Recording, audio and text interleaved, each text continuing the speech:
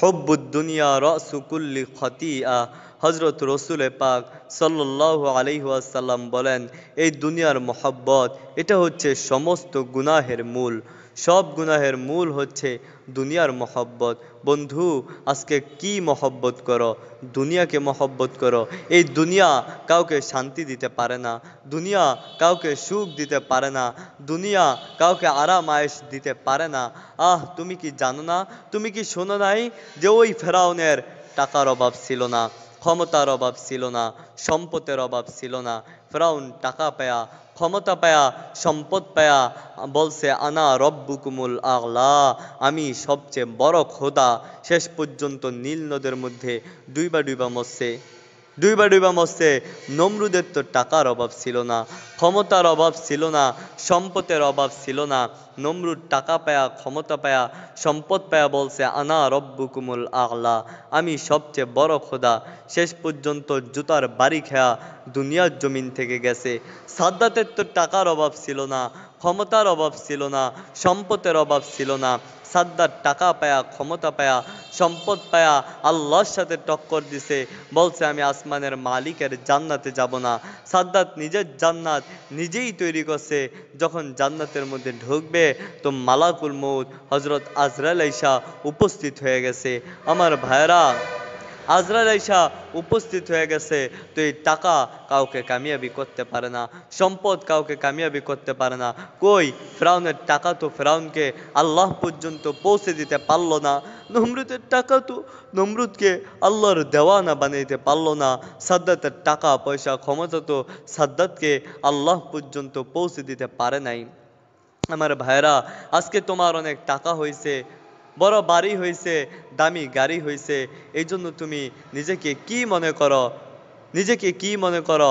আরে নিজেকে ধনী ধনী মনে করো, বড় মনে করো।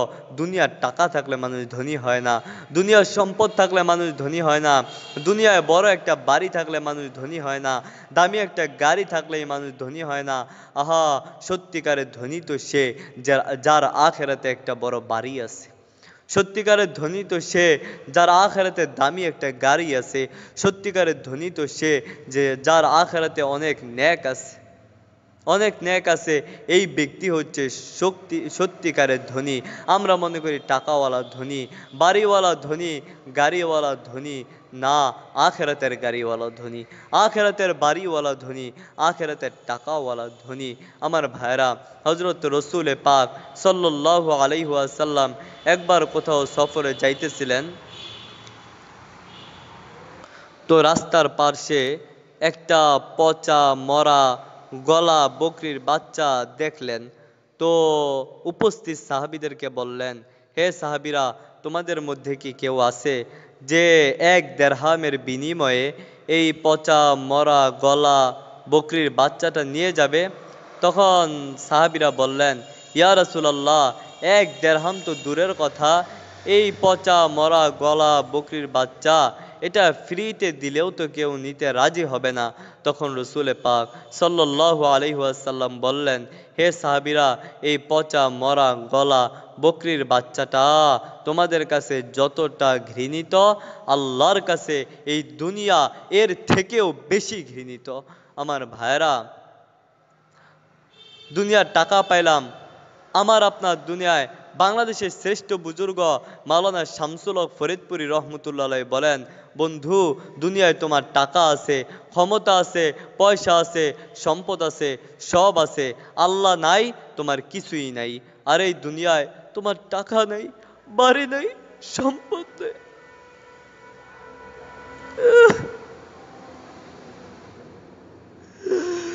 তোমার এই দুনিয়ার টাকা নাই, বাড়ি নাই, সম্পদ নাই, ক্ষমতা নাই, তোমাকে মহব্বত করনেওয়ালা কেউ নাই, তোমাকে ভালোবাসনেওয়ালা কেউ নাই। তোর আল্লাহ আছে বন্ধু, তোর সব আছে। ভারতের মহান বুজুর্গ খাজা আজিজুল হাসান রহমতুল্লাহ বলতেন, জুতো মেরা তো সব মেরা, ফলক মেরা, জমি মেরি, अगर एक तू नहीं मेरा तो कोई शय नहीं मेरी।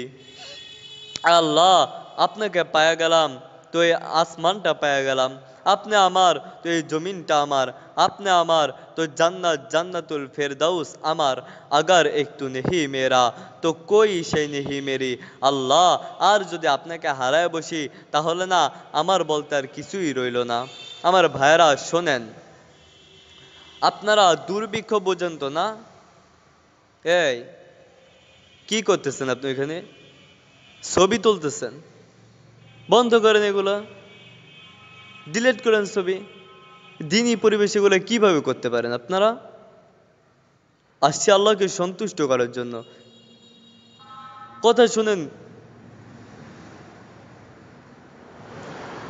এখানে বসে বসে ছবি তুলতেছি কি অবস্থা ভাই দিনী পরিবেশ এগুলো কিভাবে করা যায় এটা দিনী পরিবেশ এখানে ছবি তুলতে আসছেন না শিখতে আসছেন ডিলিট করেন ছবি আল্লাহ পাক সকলকে বুঝ দান করুক আমার ভাইয়েরা শুনেন তো বলতেছিলাম দুর্ভিক্ষ বোঝেন তো না এই দুর্ভিক্ষ কোনো এলাকায় চলতেছিল দুর্ভিক্ষ হইতেছিল তো এলাকায় দুর্ভিক্ষ মানে খাবার নাই পানি নাই অভাব অনটন সব মানুষ পেরেশান হয়ে গেছে এলাকার মধ্যে দুর্ভিক্ষ তো এরকম সময় একটা ছোট্ট শিশু সে একটা জামা ঘুরাইতেছে আর মাঠের মধ্যে দিয়ে দৌড়াইতেছে গান গাইতেছে তো একজন বলল এক বুজুর্গ বলল বাবু এলাকায় দুর্ভিক্ষ চলতেছে সব মানুষ পেরেশানের মধ্যে আছে সব মানুষ পেরেশানের মধ্যে আছে আর তোমার আনন্দ লাগতেছে তুমি এখানে জামা ঘুরাইতেছো দৌড়াইতেছো গান গাইতেছো খুব মজা লাগতেছে না তোমার কি কোনো টেনশন নাই তোমার কি কোনো পেরেশান নাই তখন ওই ছোট্ট শিশু বলছে যে আমার আবার কিসের টেনশন আমার যে মালিক আমার যে মুনিব সে দুইটা গ্রামের জমিদার দুইটা বাগানের মালিক সে আমার কোনো চিন্তা নাই কোনো টেনশন নাই আমার কোনো টেনশন নাই আমার যে মালিক সে দুইটা গ্রামের জমিদার দুইটা বাগানের মালিক তো কিসের চিন্তা এই কথা শোনার সাথে সাথে ওই আল্লাহর ওলি অজ্ঞান হয়ে গেছে জ্ঞান হারায় ফেলছে বেহুশ হয়ে গেছে তো যখন জ্ঞান ফিরছে লোকেরা বললেন যে হযরত আপনি এভাবে বেহুশ হয়ে গেছেন কি ব্যাপার তখন সে বলে এই যে ছোট্ট শিশু কি বলে শুনছো বলে কি বলে বলে সে বলতেছে যে তার মালিক তার মুনিব দুইটা গ্রামের জমিদার দুইটা বাগানের মালিক এজন্য তার কোনো টেনশন নাই কোনো চিন্তা নাই আরে আমার যে মালিক আমার যে রব আমার যে প্রিয় মাওলা সে তো আসমানের মালিক জমিনের মালিক সূর্যের মালিক তারকার মালিক দোনো জাহানের মালিক তাহলে আমার আবার টেনশন কিসের